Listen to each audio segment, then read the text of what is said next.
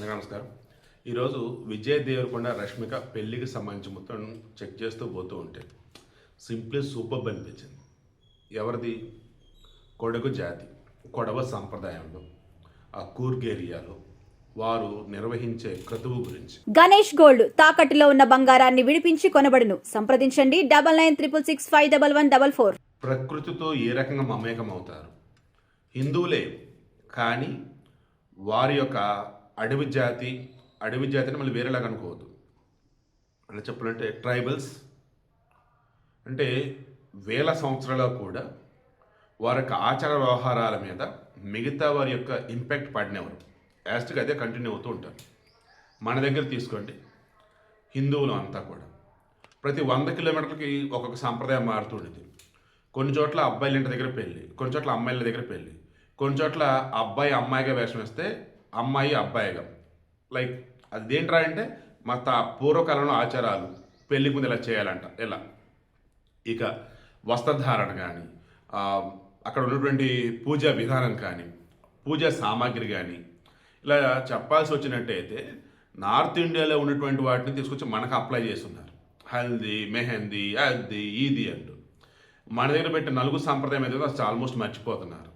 ఇటువంటి మూమెంట్లో ఈ రష్మిక మందన్న తన యొక్క ఈ కొడగ సాంప్రదాయం ప్రకారం వాళ్ళ యొక్క కొడవ జాతి అంటే ఈ కూర్గ్ ఏరియా ఉంది కదా, ఎలా చెప్పాలంటే అక్కడ కూర్గ్ ఏరియాలో బ్రహ్మగిరి కొండలు ఉంటాయి. ఓకే, తల కావేరి అని చెప్పేసి ఒక ప్లేస్ ఉంటుంది. అక్కడ కావేరి నది జన్మస్థానం. పూర్వకాలంలో అగస్త్య మహర్షి ఈ కావేరి నదిని తన యొక్క కమండలంలో ఉంచుతాడు. మన విఘ్నేశ్వరుడు వినాయకుడు కాకి రూపంలో వచ్చి ఆ కమండలాన్ని తోసేస్తాడు. అప్పుడు ఆ కావేరి అనేది అక్కడి నుంచి ప్రవహించేసింది. ఆ కావేరి అనేది ఆ బ్రహ్మగిరి కొండలో ఎక్కడి నుంచి ప్రవహించిందో ఆ చుట్టుపక్కల ఉన్న ప్రాంతం అంతా కూర్గు, ఈ కొడవ జాతి, కొడగు ఏరియా అని అంటూ ఉంటారు. అక్కడ ఉన్నటువంటి వాళ్ళంతా కూడా ఈ కావేరి నదిని సాక్షాత్తు ఇక వారి కోసమే దేవలోకం నుంచి దిగి వచ్చినటువంటి అమ్మవారు అన్నట్టుగా ప్రతి ఇంట్లో కావేరి మాత ఉంటుంది. తెలుసా? మామూలుగా మనం శివుడిని, రాముడిని ఆరాధిస్తాం, వాళ్ళు ఆరాధిస్తారు. బట్ వాళ్ళకి ఫస్ట్ ప్రయారిటీ వచ్చేసి కావేరిది. వారి కోసమే ఈ భూలోకానికి దిగి వచ్చింది అని చెప్పేసి అనుకుంటారు.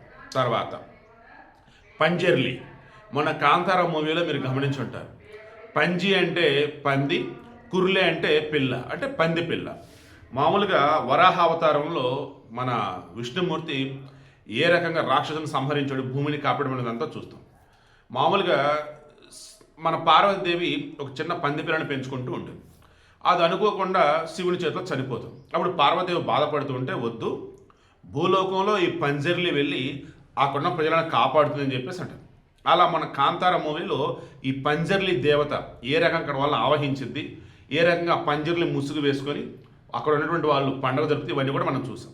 ఇక్కడ ఈ కొడుగు సాంప్రదాయంలో అంటే ఈ కొడవ జాతి ఎవరైనా మన రష్మిక మందన్న వీరి దగ్గర వచ్చేసి పెళ్ళి ఎలా చేస్తారంటే పురోహితులు, బ్రాహ్మణులు వీళ్ళు ఎవరు ఉండరు, ఆ కుల పెద్దలే ఉంటారు.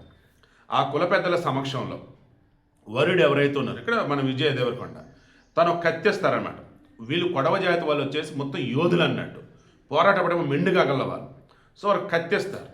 ఆ కత్తితో అరటి బోతలు మొత్తం నరకాలన్నమాట. వాళ్ళు క్వాంటిటీ ఉండిద్ది అనుకోండి, మరి అరటి బోతలు నరికేయాలి.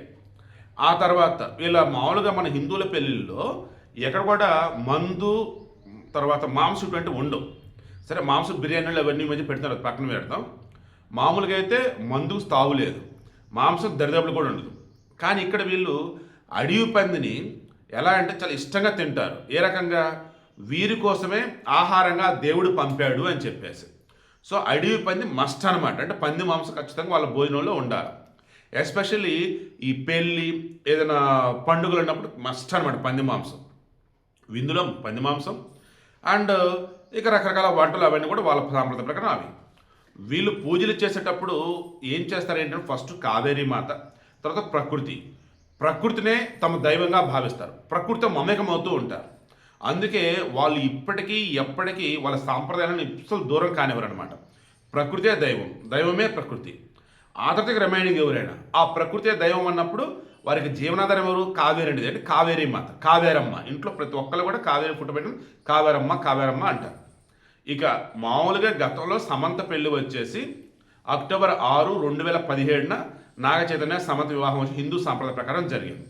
దెన్ ఈ నాగ చైతన్య వాళ్ళ అమ్మమ్మ గారు అంటే రామానాయుడు యొక్క వైఫ్ శారీ ఏదైతే ఉందో పట్టు చీర దానిని సమంత ధరించింది ఫస్ట్ అట్రాక్షన్ అన్నట్టు. నెక్స్ట్ అక్టోబర్ 7, 2017 ఈ నాగ చైతన్య వచ్చేసి సమంత వీళ్ళిద్దరు కూడా మొత్తం నాగ చైతన్య మొత్తం సూటు బోటు, సమంత వచ్చేసి వైట్ ఫ్రాక్ గౌన్ లాంటిది. క్రిస్టియన్ సాంప్రదాయ ప్రకారం పెళ్ళి. ఇక ఆ తర్వాత ఆమె హిందూగా మారటము, హిందూ సాంప్రదాయాలకు సంబంధించి విలువ ఇవ్వటము, అసలు వాటి యొక్క గొప్పతనం తెలుసుకోవటం, ఇక పూర్తిగా మారిపోయింది జగ్గి వాసుదేవ్ పుణ్యం అని చెప్పేసి. కోర్స్ ఆమెకు ఆమె తెలుసుకుంది కాబట్టి నో దైజెల్ఫ్.